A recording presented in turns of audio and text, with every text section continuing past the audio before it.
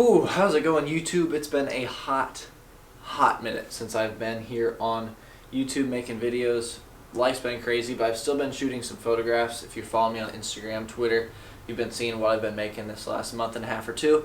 But I'm on vacation, so I have the opportunity, I have a little bit of time to make some content for this channel, so that's exactly what we're doing here in northern Michigan.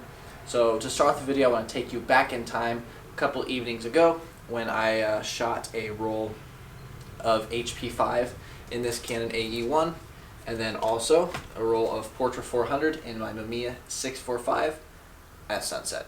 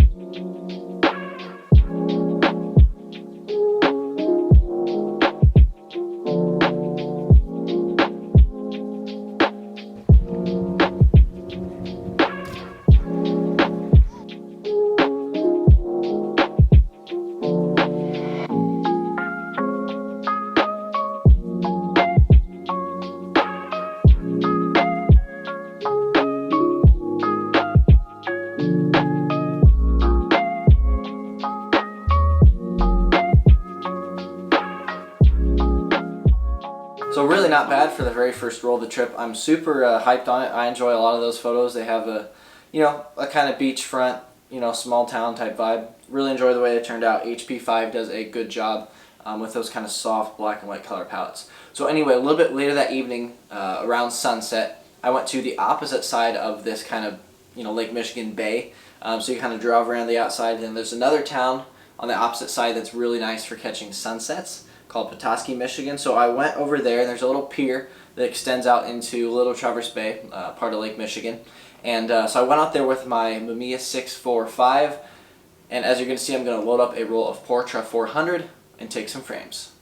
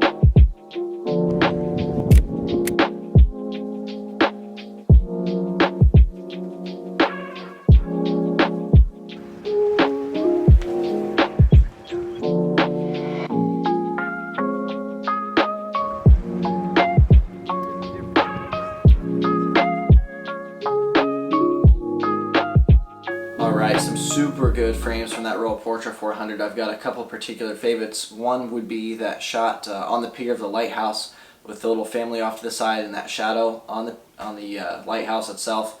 I think that one came out really nice. The colors look fantastic out of portra, which I would expect absolutely nothing less from that film stock. And also I really like the one of that little almost beach area with that like lifeguard seat and then that like crane thing in the background. I don't know, it just has a certain vibe to it. I really like the way that color palette turned out as well, right around sunset/blue hour time. So the next evening I was back in Harbor Springs for a roll of ektar 135mm format. So let's take a look at some of these really colorful and vibrant photographs.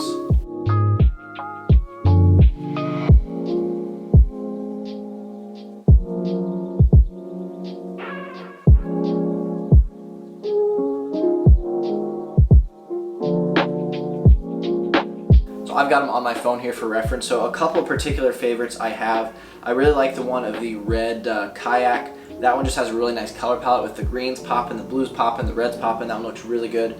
And I also like the one of the like boat propeller thing. I didn't expect the color palette to be anything like this when I took it. So one of those where you're pleasantly surprised when you get the when you get it scanned and you see, oh wow, there's some really nice colors in this.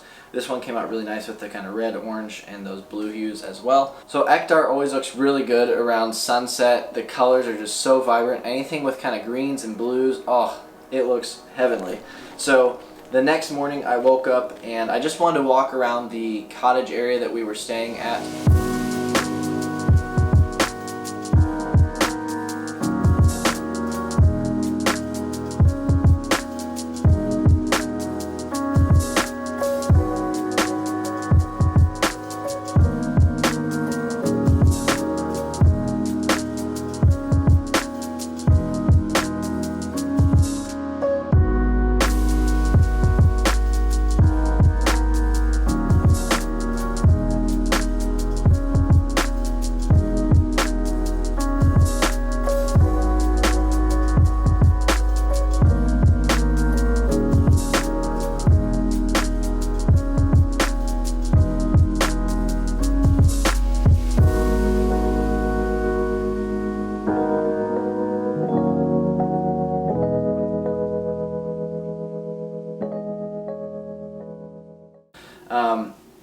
Just some super like lakeside vibes, you know, a little different.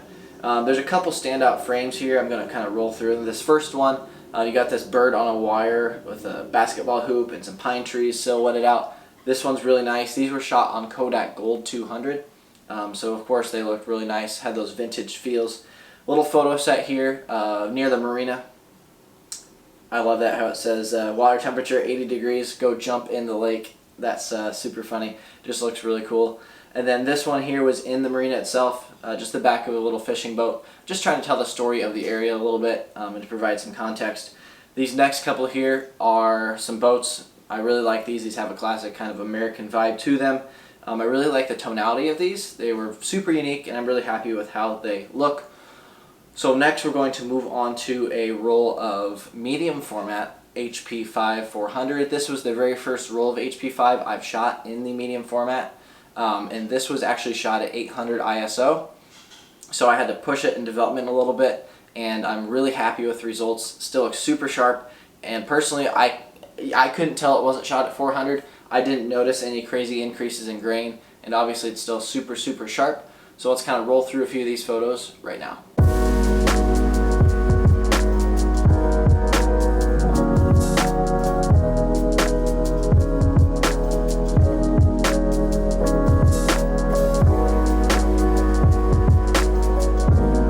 Alright, back to Portra 400 for some evening shots. So let's go behind the scenes to Petoskey, Michigan. Alright, so we are doing Portra 400 again. I'm out here looking like a real film bro tonight, I guess. The vintage rope hat and some Portra 400. I mean, it doesn't get any more millennial than this. I thought about shooting 800, but I think I'm going to stick with the 400 because we still have some light left. 800 looks better in blue hour and when it's night, but I have enough light left that I think 400 will do a little better. So that's what I'm doing.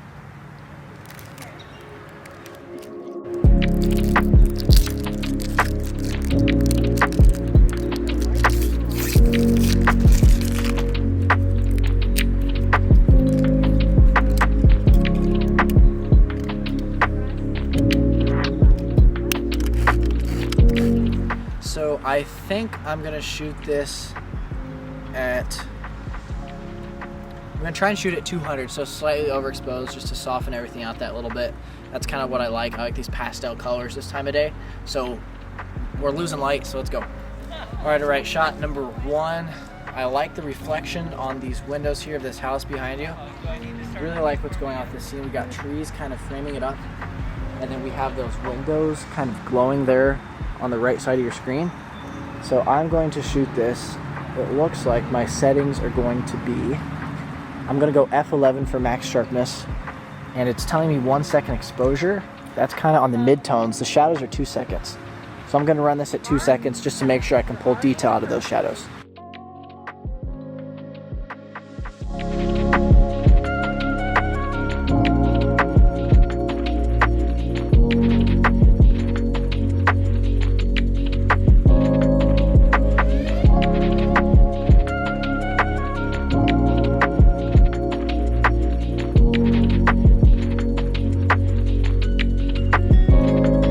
Couple where there weren't any behind the scenes, couple highlights. Those last couple frames you saw, really happy with these. These are a couple of nighttime, super long exposures.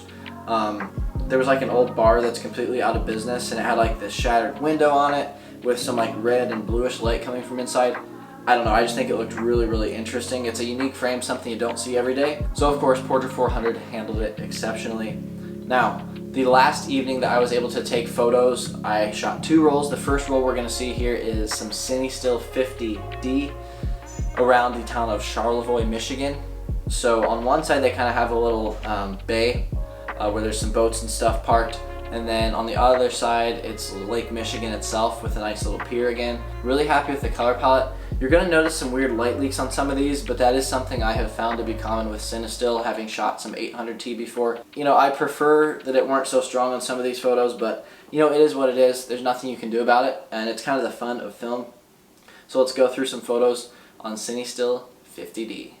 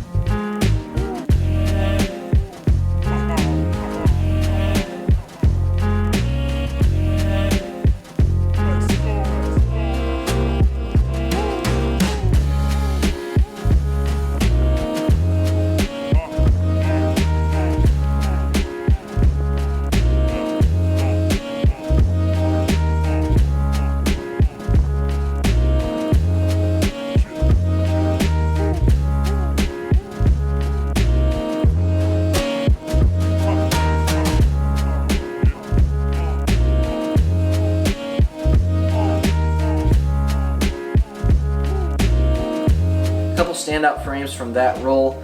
My favorite one definitely is the one of like, there's some kids messing around on the pier, jumping off of it into the water. That frame there I think is, you know, kind of iconic. I really like the framing of it, how you've got the pier on the left side, and then you've got you know, the kids kind of jumping on the right half. Really like the framing of it, and I think the way Cinestill renders those orange and reddish hues of it, and then with the water in the shadows, oh, it looks really nice. That's hands down my favorite photograph from that roll. Final roll, last but not least, from the trip for one more sunset mission. All right, gorgeous sunset this evening. I have got a roll of ektar 100 loaded into the 645. So I'm gonna set up this first frame here and we're gonna get going.